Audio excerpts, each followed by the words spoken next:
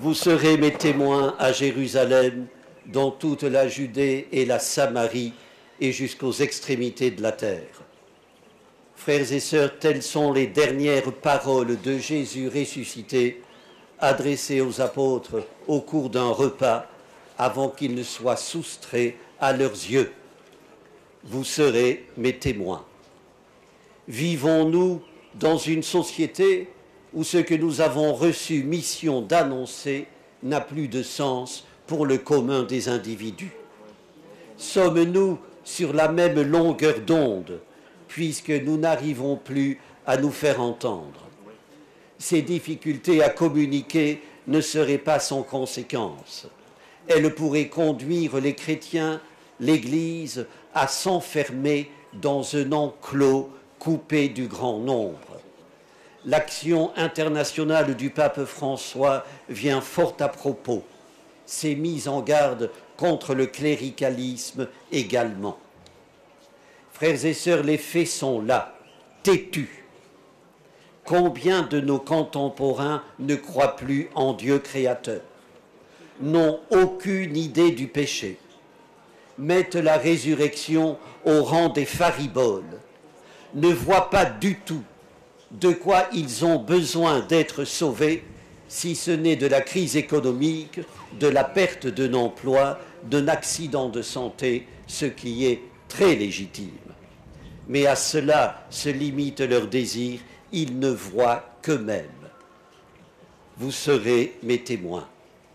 Frères et sœurs, rendre témoignage est plus que jamais un devoir. En plein vacarme et tumulte, la bonne nouvelle est confiée à notre dérisoire porte-voix.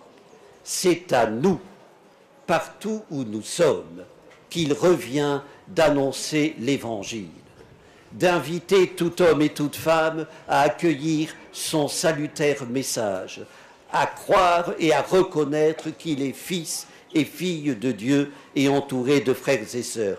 En avons-nous pris la mesure? En juin 1943, Antoine de Saint-Exupéry écrivait à un ami « J'ai l'impression de marcher vers les temps les plus noirs du monde ». Il ajoutait « Il n'y a qu'un problème, un seul, rendre aux hommes une signification spirituelle ». Frères et sœurs, c'était il y a plus de 70 ans, ce qui, tout bien considéré, désactualise le noir tableau que nous serions à notre tour tentés de brosser pour notre temps.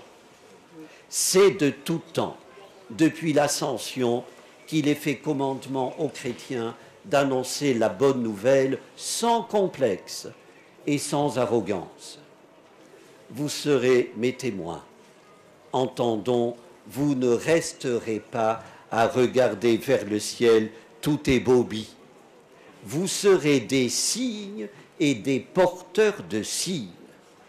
Frères et sœurs, témoigner revient à évangéliser, à chacun selon son charisme. Mais point d'emballement. Laissé à nos seules ressources, notre témoignage risque de ne pas convaincre.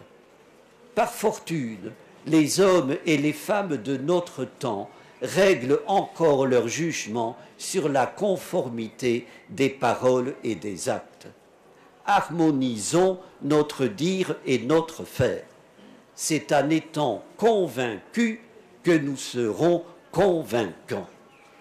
Ayons le courage de nos convictions et surtout exprimons-nous autant en actes qu'en paroles. Frères et sœurs, la fête de l'Ascension a une signification très claire.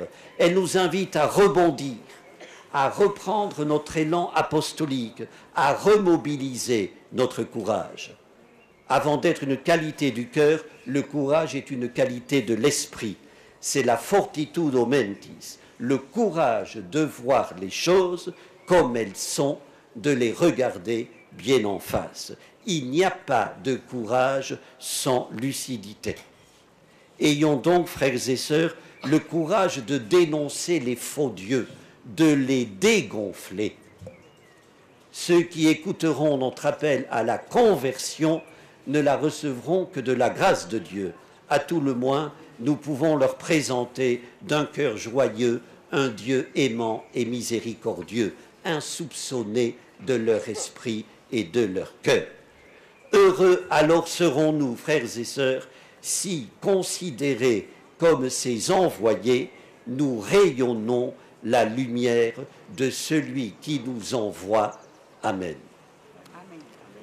Prions le Seigneur.